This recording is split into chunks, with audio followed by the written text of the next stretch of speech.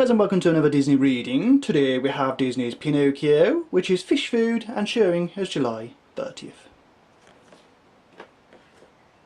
Figaro the cat was scared. He was also hungry, but he knew there wouldn't be any dinner. Figaro, Geppetto and Cleo the goldfish had just been swallowed by a whale. "Don't worry, Figaro," Geppetto said, seeing the cat's worried look.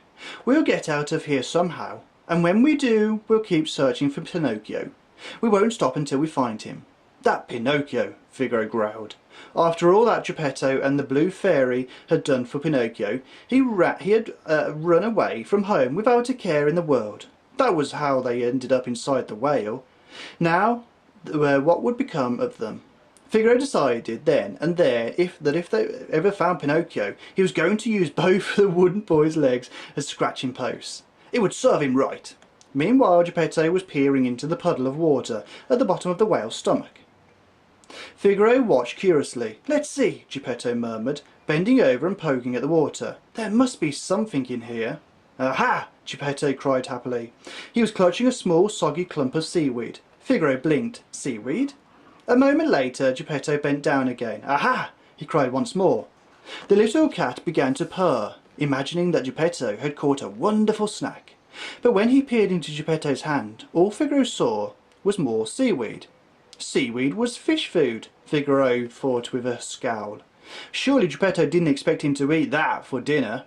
But as he watched, Geppetto carefully divided the seaweed into 3 portions. He placed 1 portion in Cleo's bowl. He set 1 portion in front of Figaro. The 3rd he kept for himself. "Let's eat," Geppetto said, smiling bravely. Figaro sniffed his seaweed.